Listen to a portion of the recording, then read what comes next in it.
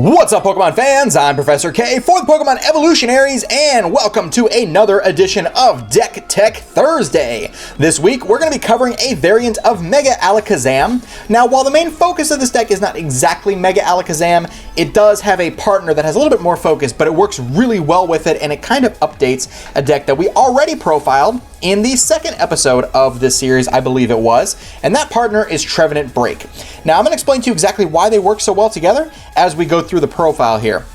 So first things first, we're going to take a look at our first Pokemon. That's going to be Alakazam EX, which, as you can see, its ability is Kinesis. Now, when you evolve this Pokemon into Mega Alakazam, you can place 2 damage counters on your opponent's active Pokemon and 3 damage counters on one of your opponent's benched Pokemon. So that's really neat. It's the first time I've ever seen an ability used that you get to use once you Mega Evolve. So it actually happens just before Mega Evolution occurs, which makes it possible. It's weird because you would think the ability would be on this Mega Alakazam right here, but it's not. It's on the Alakazam itself. So that's a little bit new, having an ability that's only triggered once you evolve, as opposed to something that's triggered while it's in play, whether it's in the active or on the bench. But either way, it is something new, it's something cool, and I do like it a lot. Now we're going to need Alakazam EX for that Kinesis ability because it places damage counters wherever you would like to put them. 2 on the active and 3 on the bench. And then Suppression is not an attack you want to use very often, but for a Psychic and a Colorless, you can place 3 damage counters on each of your opponent's Pokemon that has energy attached to it.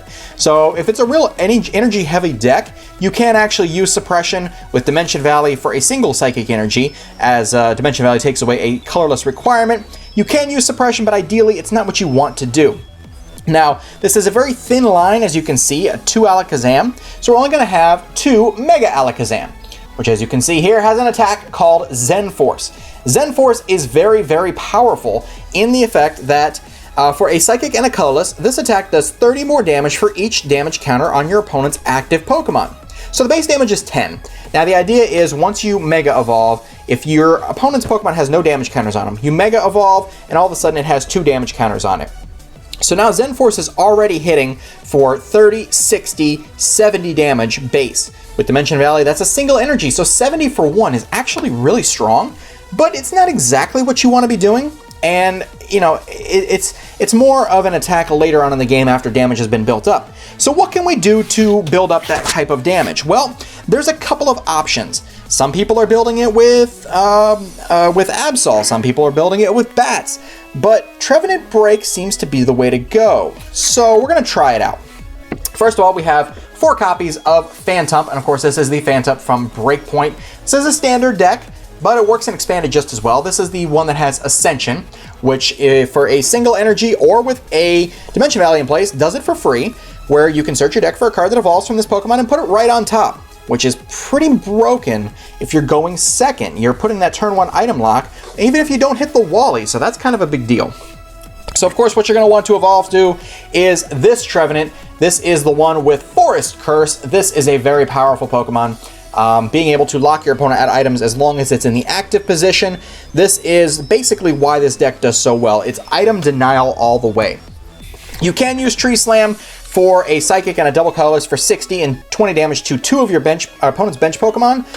With a Dimension Valley, obviously it's only a 2 energy requirement, a Psychic and a Colorless. Ideally, it's not what you want to do with the deck, but it does work. It's a good attack, and it is effective. What you're really going to want to do, however, is use Trevenant BREAK. Trevenant BREAK has that single attack there, Silent Fear. For a Psychic and a Colorless, does 30 damage to each of your opponent's Pokemon. So, if you have Dimension Valley in play, it's a single Psychic energy. So this is very low energy attackers that hit very hard, in a way, in some sense or another. Force Curse locking out items, Zen Force being a very powerful attack, Silent Fear setting that up, Tree Slam setting that up, Kinesis helps setting that up. It all comes into Mega Alakazam taking sweeping knockouts. Now, Silent Fear places 3 damage counters across the board, and Zen Force punishes your opponent for having damage counters in the first place.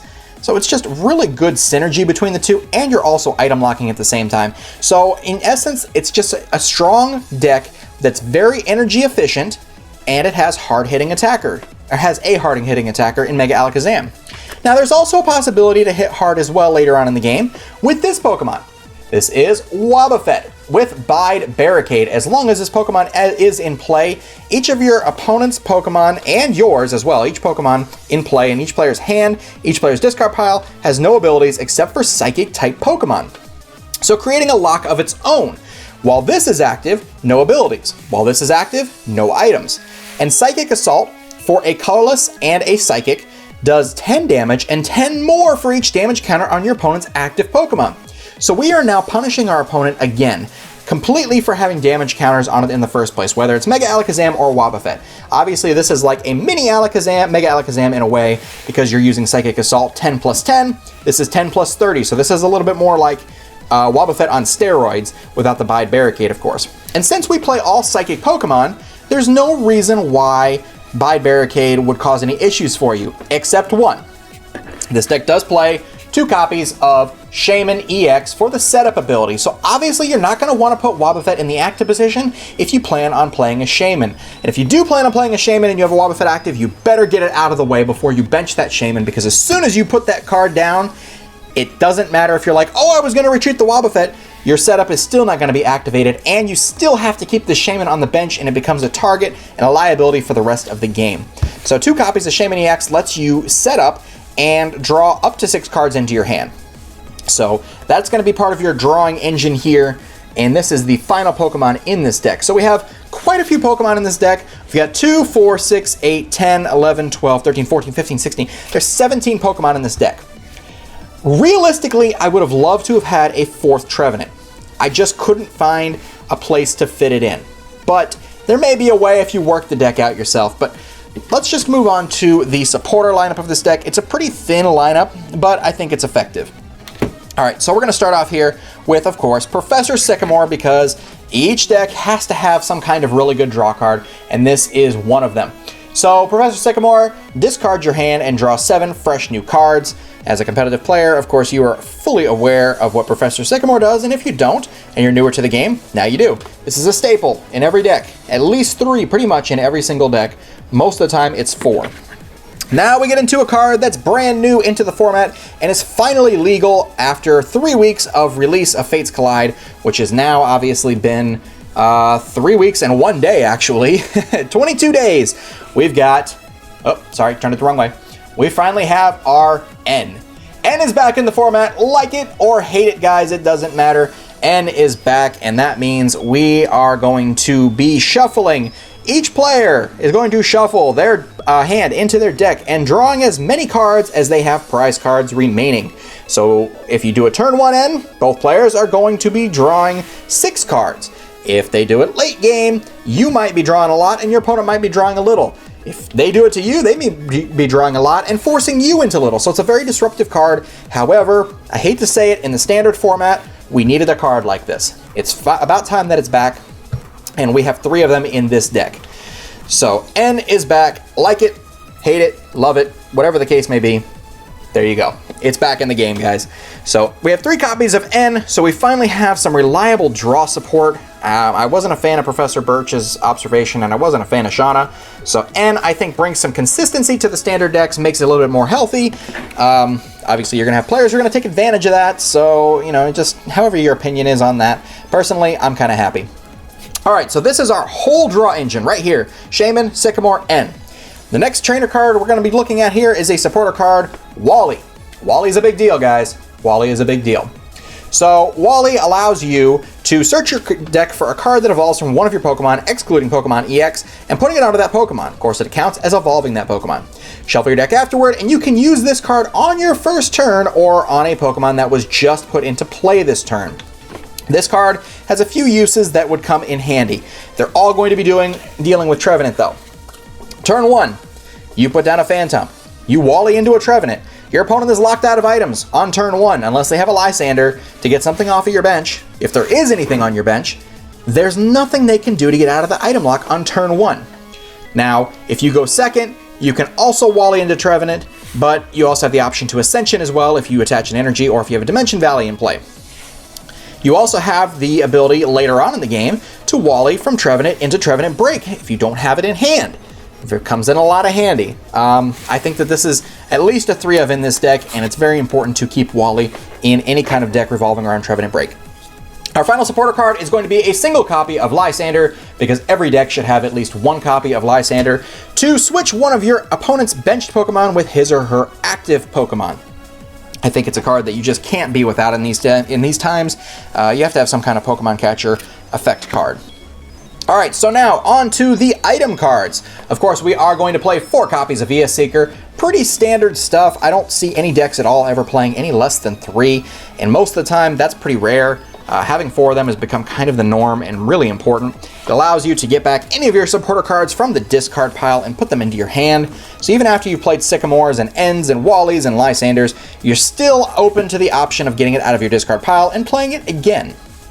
Next up here, 4 copies of Ultra Ball. Ultra Ball, discard 2 cards from your hand and get a Pokemon out of your deck. It doesn't matter which one it is. It could be Shaman, Wobbuffet, Trevenant BREAK, Trevenant, Phantom, Mega Alakazam, or Alakazam. Does not make a bit of difference, but it is your way to search out Pokemon, and it is required in this deck to have 4 of them. It's very important to be able to get Pokemon out of the deck, and it's also important to reduce our hand size to really power up the ability that Shaman has of drawing into anything we need.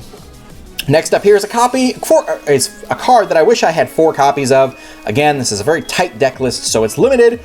We're down to 3 copies of Trainer's Mail. You can search the top 4 cards of your deck and you can find a trainer card there, reveal it to your opponent, and put it into your hand. Trainer's Mail is a very good card. I think it belongs in pretty much every single deck as a 3 of or a 4 of, never as a 2 or a 1 of. But it's our way to find any kind of trainer card we need. It really adds consistency to decks, and I think it's really important to at least have 3 copies of it regardless. Next item card is going to be 3 copies of Bursting Balloon. This card works so well with Trevenant BREAK style decks. Obviously, Trevenant BREAK only puts out 30 damage to each of your opponent's Pokemon. So the way to increase that damage is going to be Bursting Balloon. You attach a Bursting Balloon to a Trevenant BREAK, or even a Trevenant and you want a Tree Slam, whatever the case may be. If you attach that Bursting Balloon, you're going to do one of 2 things. Either you're going to gain a turn where your opponent refuses to attack because they know this Bursting Balloon will be discarded next turn. That's perfectly fine because it allows you to set up another turn. Whether it be meaning doing another Silent Fear or looking for something that you need out of your deck the next turn. Or your opponent is going to Lysander, well, 3 things. Either your opponent's going to pass, Lysander around it, and force them to play that supporter when they could be playing something like a Professor Sycamore or an N. You can do that, or your opponent's going to risk it and they're going to attack and take 60 damage to themselves. I mean, either way, I think it's a great card, and it must have at least 3 copies in this deck. I would love to have 4 if I had the room, but again, cards are limited to 60. Decks are limited to 60 cards per deck, so there's only so much you can do to make a deck work. All right, next up here, we've got 2 copies of Alakazam Spirit Link. Obviously, when you attach this to Alakazam EX and Mega Evolve, you do not lose your turn. So that is very important if you're counting on Mega Evolving without losing a turn, which can be very devastating to any kind of deck at all whatsoever, but especially this one, you cannot afford to lose turns. Another card here, I wish I could have 2 of, but I can only fit 1 of them, is a Battle Compressor. A very good combination is to Battle Compressor away a Wally, and then on turn 1, VS Seeker for that Wally, get it back, play the Wally, and go into Trevenant. That's the main purpose of this card, is being able to discard supporters and get them back with VS Seeker as soon as possible. Next up, also, we have 1 copy of Floatstone. It's important to get Shamans that are stuck in the active out of the active, whether it be Shaman or Wobbuffet, whatever the case may be. This will help you get your Pokemon out of the active position that you don't want there. Gives it free retreat. 1 copy of Super Rod. This allows you to shuffle in any combination of 3 Pokemon or energy into your deck. And then, of course, you're going to shuffle your deck afterwards. So if you have to burn some Phantoms or some Trevenants or some Trevenant BREAKs early in the game, and with a Professor Sycamore, because you absolutely had to, you can get them back. If you lose energy early, you can get them back that way too, back into the deck and redraw them. Next up here is a card that I really have debated on whether or not I want to use this or AZ. I think in the long run, it's more important to include a single copy of Headringer over AZ. The only reason why that is because this deck loses very hard to a Shaman Loop. Shaman Loop is going to destroy pretty much any kind of thing you try to do with this deck. So by using a Headringer and Headringer and Shaman, that Sky Return now instead of costing 2 energies costs 3. So they're burning resources to do that extra damage, to do that extra attack. Now granted, once they're able to, this goes in the discard pile and it's gone for good. But I think disrupting them and forcing them to do that and gaining that extra turn is very important and allows you to potentially set up that knockout one way or the other, because Shaman loops are very annoying for this deck. So we're going to set that there. Single copy of Headringer. I think it's just slightly more important than an AZ to get our Shaman EXs out, or to AZ up an Alakazam, a Mega Alakazam, and a Spirit Link that way. So, all right, next up here is our Stadium card. It's very important to play this. It works for every Pokemon in this deck except for Shaman. 4 copies of Dimension Valley. This Stadium allows your Psychic-type Pokemon to have 1 less colorless energy requirement. Pretty much everything in here has a colorless energy requirement of some kind. Wobbuffet's Psychic Assault takes Psychic and a colorless. Silent Fear, Psychic and a colorless. Tree Slam, a Psychic and 2 colorless. Ascension, colorless. Zen Force, Psychic and a colorless. So regardless, you're pretty much limiting yourself, or I'm sorry, you're eliminating the need to have that extra energy attachment with this one Stadium card. And having 4 of them is so big because very few decks play 4 Stadium cards to counter. Nobody plays Paint Roller either, so unless they're playing Primal Groudon or something like that, there's no way to really bump that Dimension Valley permanently in this kind of meta that we're in right now. All right, so the final cards we have here is 5 basic Psychic Energy. I went with 5 over 4 because Super Rod can put these back into the deck, whereas they can't put Special Energy. And our final card is 3 copies of Mystery Energy. When this is attached to Psychic Pokemon, it gives them 2 colorless energy less retreat cost. Pretty much every Pokemon here is set up so that we can retreat pretty much for free all the time if this is attached. A Wobbuffet attached to, with this attached to it, retreats for free because it has 2. This attached to a Phantom can retreat for free. Alakazam can retreat for free. Mega Alakazam can retreat for free. Only thing is Trevenant. Trevenant is a triple colorless energy requirement, so we would have to discard this energy or one of these energies that's attached to it in order to retreat. So that's the only thing that's with that. But 3 Mystery Energy I think is enough. We do have a Float Stone at our disposal as well if we absolutely had to retreat a Trevenant and cannot afford to burn that energy requirement. That's another option as well. May not be the best one because obviously you're going to want to attach Bursting Balloons as much as possible, but you got to do what you got to do to make games work. This is mostly to get Shaman out of the active. That's just plain and simple, because a Lysandered Shaman that's stuck in the active position is no fun whatsoever, especially because we don't play double colorless in the deck, so Sky Return is pretty much out of the question. They're going to knock it out before you get the opportunity to do so. Alright guys, this is the deck. This is what you're going to see me face against N, not tomorrow, but the next Friday after he does his Deck Tech Thursday, and I have a good feeling about this. I think we're going to do pretty well with it. Mega Alakazam and Trevenant Break have so much synergy together, and it finally allows us to play a Mega that we can really work with. Mega Alakazam could be a separate deck all on its own, playing quad Alakazam and quad Mega Alakazam, or 4-3 line with, like I said, there's plenty of options to make it work with the Evolution Spray and AZs and all kinds of things that you can do. But I feel like this is where it belongs. Trevenant Break by itself is a very powerful deck. However, it has always been the only attacker, except for Wobbuffet, in most decks. This adds a level of power that was missing from this deck. Spreading 30 damage and item locking is huge, but once these are gone, what are you left with? So you want to spread your damage and then move on to something that's really going to sweep the game for you, and that's Mega Alakazam. Plain and simple, no questions asked. Alright guys, that's it. That's the deck. You guys can do with it what you will.